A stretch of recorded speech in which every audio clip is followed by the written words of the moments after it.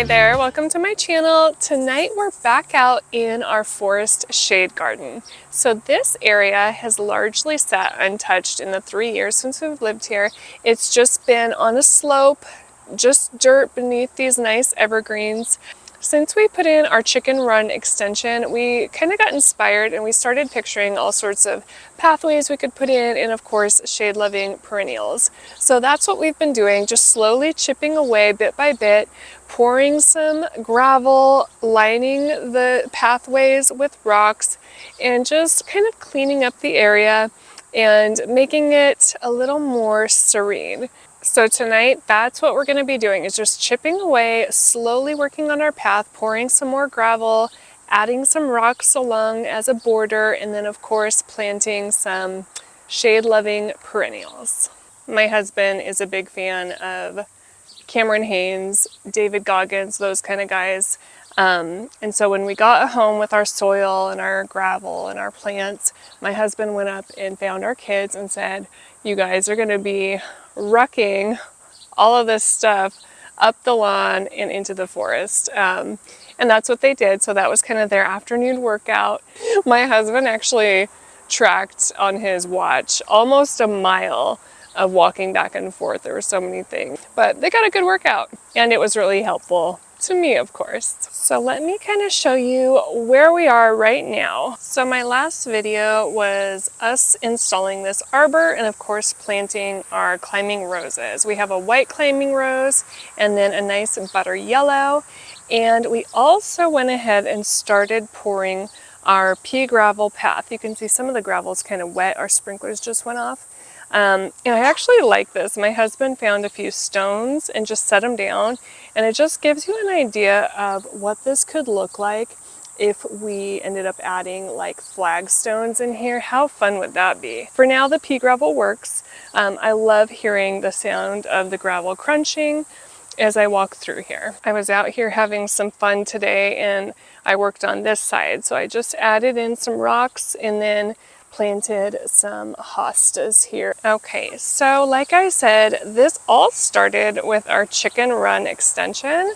And before I did any of this, the forest was just nothing. It's just a slope, and it was just gravel, pine needles, things like that.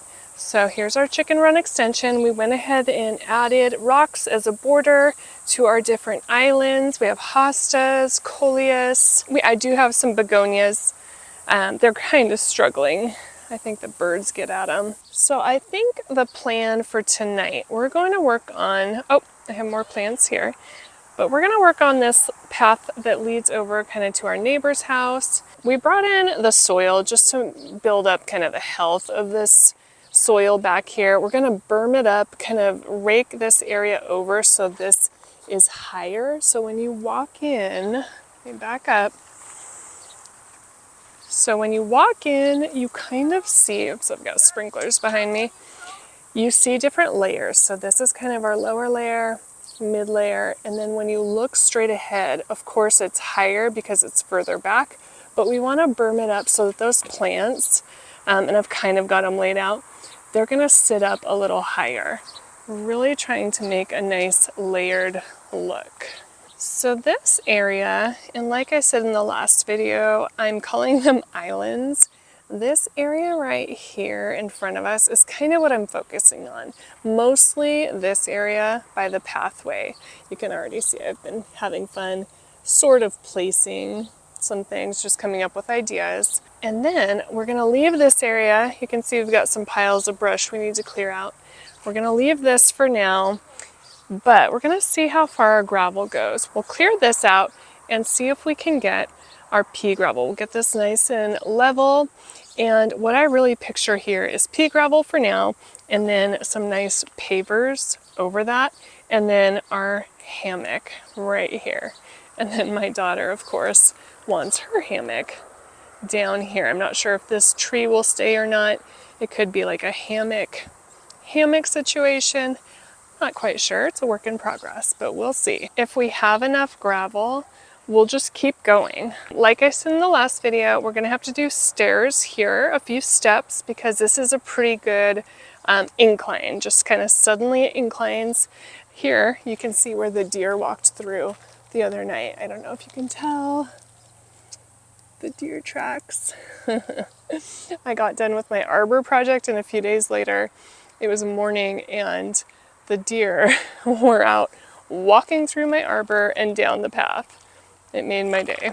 So our path will just continue up, and then eventually we'll continue down.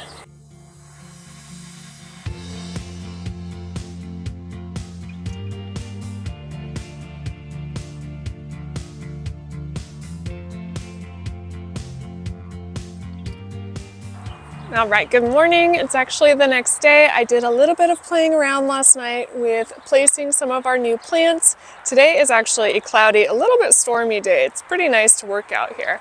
Let me show you real quick kind of what I'm thinking in terms of placement and what kinds of plants I have to work with. So again, I really want a layered look. We have our lower layer, and then we have our next level up. We have our little hosta row right here, and then this is kind of our focal point. And I love how our new arbor, if I step back, really frames that view in there. It just makes it look a little mysterious, like there's a hidden garden, and that's really kind of the goal for what we're doing. I want it to feel very cozy, like you've just discovered this little hidden world. So I love the channel on YouTube, Garden Answer.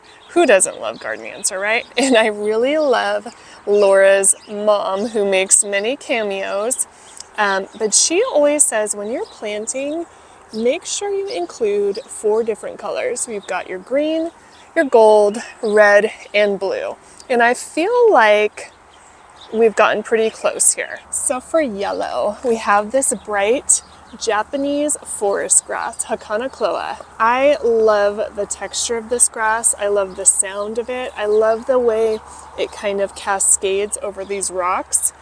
As soon as my husband brought this rock here, I said, oh, we need some Japanese forest grass kind of mounding over the top of it. So I really want to berm this up so that you get this rock with this nice kind of grassy, I don't know, crispy, textured foliage just kind of spilling over the top of it. Doesn't that look neat?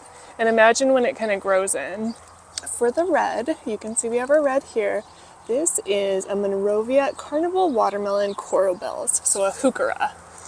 I love heuchera. I haven't had great luck growing these, so it's a little bit experimental, but I love these little buds that they send off. I just love how the red and the yellow kind of play together. Got one here, and then another one right here. Okay, for more yellow, we have a hosta back here. These are the same, and one more right here. Let's take a look at this one. Okay, so this is a Monrovia stained glass hosta. I think I already have a few of these back behind me. Of course, hostas grow really well in the shade, so I like the placement here, I think. One here, and then one right back there. And of course, we'll put in some fresh soil, maybe some mulch, and make the ground nice and dark so these plants really pop. I guess this guy back here is also kind of the chartreusey, yellowy color. This is a Sum and Substance hosta. And then for green, well, you know what? This one is kind of a greenish blue. And when they say blue, like this would be over here. This is kind of what they mean when they say blue. These really deep green leaves. This one's a little dirty right now. That kind of lean more bluey. So this one, kind of green, kind of blue. Elegance Plantain Lily, I think. I'm probably not saying that correctly. And then this guy right here, he's green. That's kind of the statement piece. That's the one that really is framed right when you walk into the forest garden. I love kind of the balance and the weight that this plant has. This one, it's a Monrovia Crossa Regal Hosta. I feel like I'm butchering all these names, but there it is right there. So my plan for today is just to really flatten out the area, my hammock area, where I'm going to be putting pea gravel, and then we're gonna mound up the area right behind me that I just showed you so that it really carries a lot of weight and it elevates those plants. I just want them to have this presence. So right when you walk into the forest area, you're met with just this focal point right at the end of the path where it makes a Y. So we'll get to work.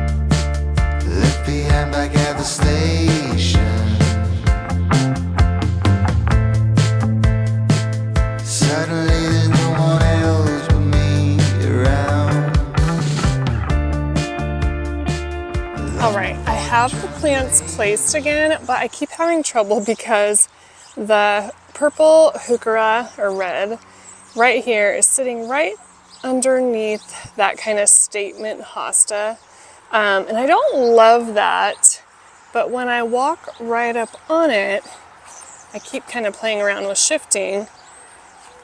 I feel like if I scoot it, it looks a little off balance, and again, I want this hosta to kind of be the statement piece that we see from the entrance. So I like how it looks balanced when I'm here at this angle, but I'm just struggling with how right on top of each other this is. But if I stagger it, it just feels a little off kilter. So I'll keep playing, and then we're just gonna go ahead and get to planting. Do have this little guy right here that I popped in.